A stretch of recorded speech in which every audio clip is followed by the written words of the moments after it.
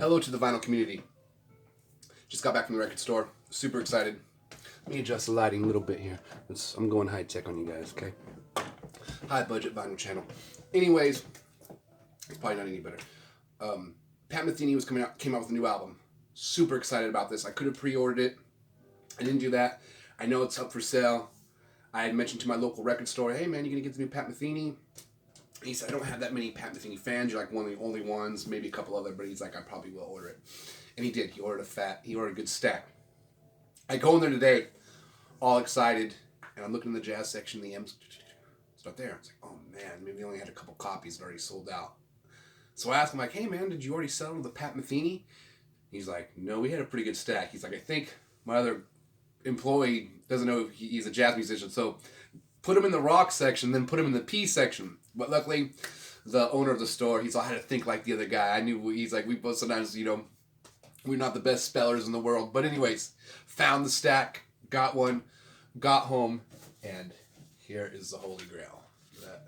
Now, this album, I watched a little documentary about this album. Pat Metheny picked out like 4 guitar players. The Los Angeles Guitar Quartet. I think it's 4 of them. He picked these guys out and he wrote the music for them to play. And these guys got like an email or a call from Pat Metheny saying, hey man, I'm writing music for you to play. Anyways, so at first I was like, I don't know. So Pat Metheny doesn't even play on both sides. The last song is a bonus track. That's Pat Metheny on guitar. But the first 4 parts, 4 Passive Light, are performed by Jason Viox. Part 1, 2, 3, and 4, Road to the Sun, performed by the Los Angeles Guitar Quartet. And then bonus track, For Alina Avropart. It's spelled in German, so yeah, I just read it like it was French. Sorry. But, For Alina Avropart. Okay, that was still bad. Performed by Pat Metheny on a 42-string guitar. Sorry, I'm all getting intense. I'm solving a case here. It is a double LP. It's got the gatefold. Road to the Sun. Very interesting cover. Really like it. I would play a bunch of it, but I don't. That's kind of what you're hearing quietly in the background, so hopefully this doesn't get flagged. But anyways, really excited to get this. I highly recommend it.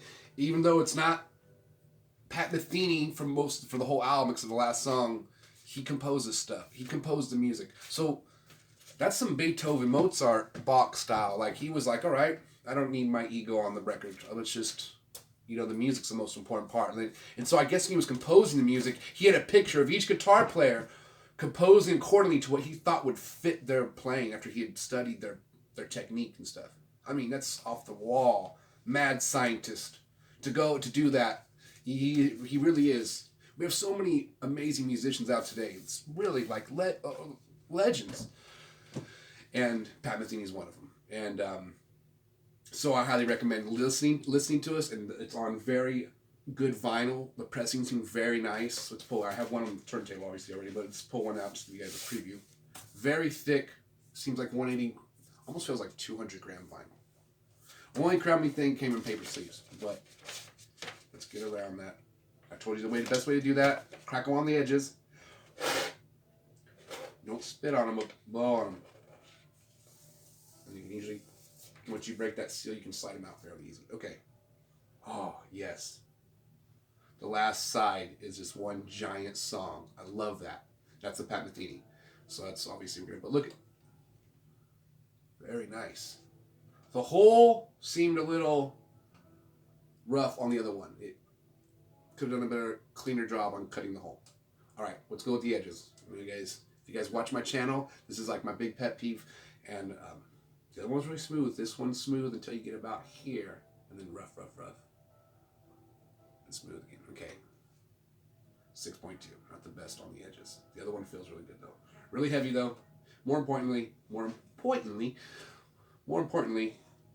it seems like it's going to sound good. So, awesome. Super excited. This is what I was really excited. So while I'm in the record store,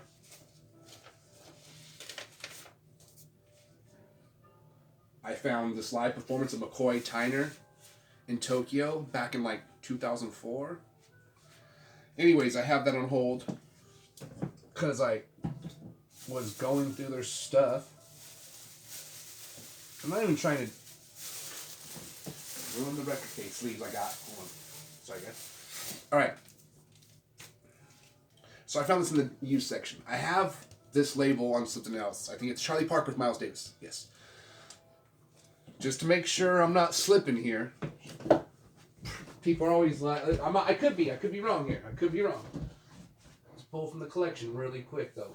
Oh, booey, yeah. You gotta love. I've never bought a record twice. I've not seen people like, oh, I bought this record. I know every record I have in my collection in mad freaking detail.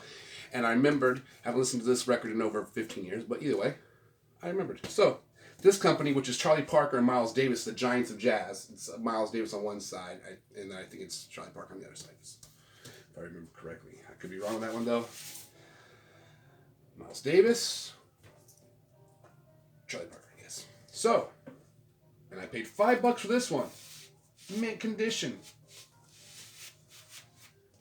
Mint plus. So, I got this. Right away I freaked out when I seen Mary Lou Williams. Oh, who's Mary Lou Williams? Oh, she's the one who taught Thelonious Monk how to play piano. Oh, okay, wow. So, and listen to her version of Caravan. The best Duke Ellington.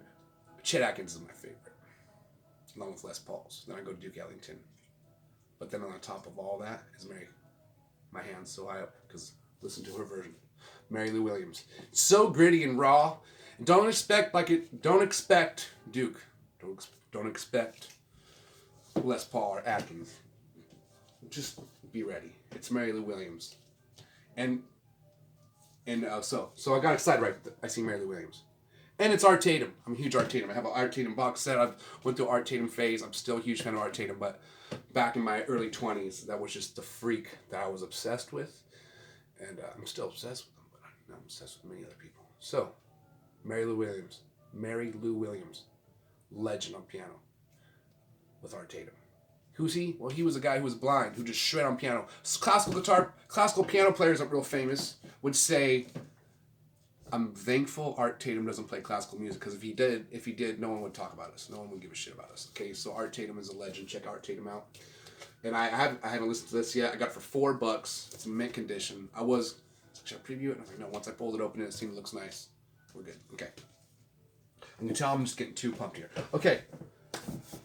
So I found a Hot Rats, the Bernie Grundman mix, on pink vinyl. I didn't even know that existed.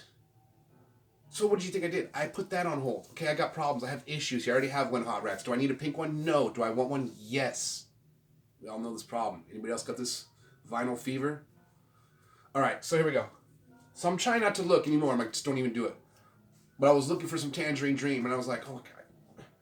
I seen the Z section. I was like, don't do it. Don't look for Zappa. Don't look for Zappa. And I was like, just out of curiosity, did they get any more Zappas of the Bernie Grundman masters? Yes. They had Chunga's Revenge, and I knew this was out there. I was going to order this. And I highly recommend all the Bernie Grundman ones. I got Zoodalures, I got Hot Rats, and now I got this one. I already have these, but these do sound epic.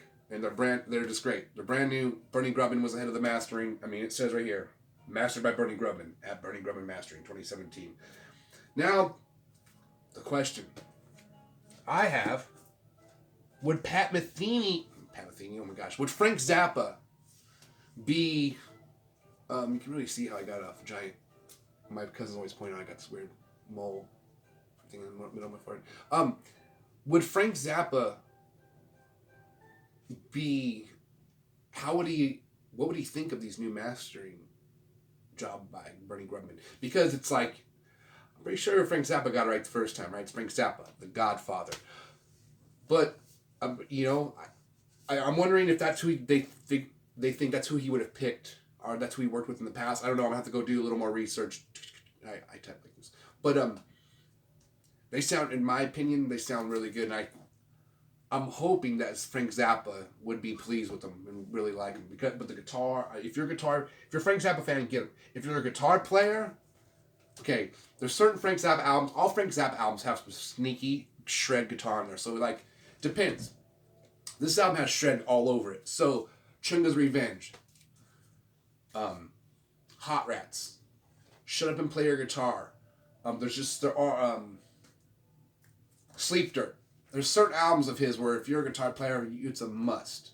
You will, and if you haven't, and if you're not a guitar player, it's a must also. Okay, but you will not find you won't be any shortage of inspiration after hearing this dude shred, because it's not your typical shred. He's like, Frank Zappa made up his own scales, literally, and he knew all the he knew the major scale, and he knew that there were 7 scales derived from the major scale because there's 7 notes, so there's 7 places to start. So even like the minor scale, the minor major, the minor scale is just starting on the 6th note of the major, and so Aeolian mode is its fancy name. So, but Frank Zappa knew all that stuff plus way more, and he broke all the rules, and definitely Pat Metheny is still around, but Frank Zappa, we were lucky we had him for as long as we did.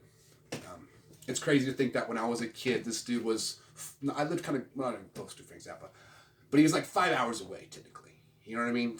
That he was, the energy was right there. And he was in his studio just composing. We all were around if you were my age. And this master made music, and we get to hear it. So this, I had to get. I don't care, if I don't eat for the next couple days. Actually, I will. That'll be fine. But that's how it goes. I seen some guy in there counting the money in his wallet, and I felt bad because it's like we're all on a budget here, and it's just sometimes you're like, how much do I got on me? And I see he had this live Slayer, and I'm like, oh man. And luckily, I think he had enough to get what he wanted. I don't know. I wish I could have just bought it for him. Maybe next time. Anyways, that's what I got. I'm super excited. Definitely get all the stuff I recommended if you don't already have it. If you already got this stuff, or if you're excited about the Pat Metheny coming out, throw a comment if you're a Pat Metheny fan. This is definitely some trippy work because, like I said, he composed the music. He had other guitar players play it, and I love that. At first I was like, oh, what? I need to hear Pat Metheny play his stuff. But then the more I thought about it, I was like, wow.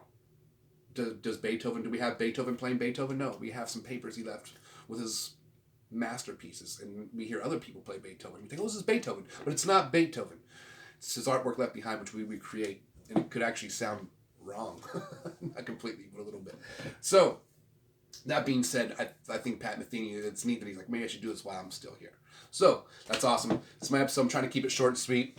Check out, if you're part of the VC, go check out JC's new episode on some tips because he's been on for 10 months. Congratulations, JC, on your 10-month anniversary. And he gave some tips and some pointers from being on the VC for a while.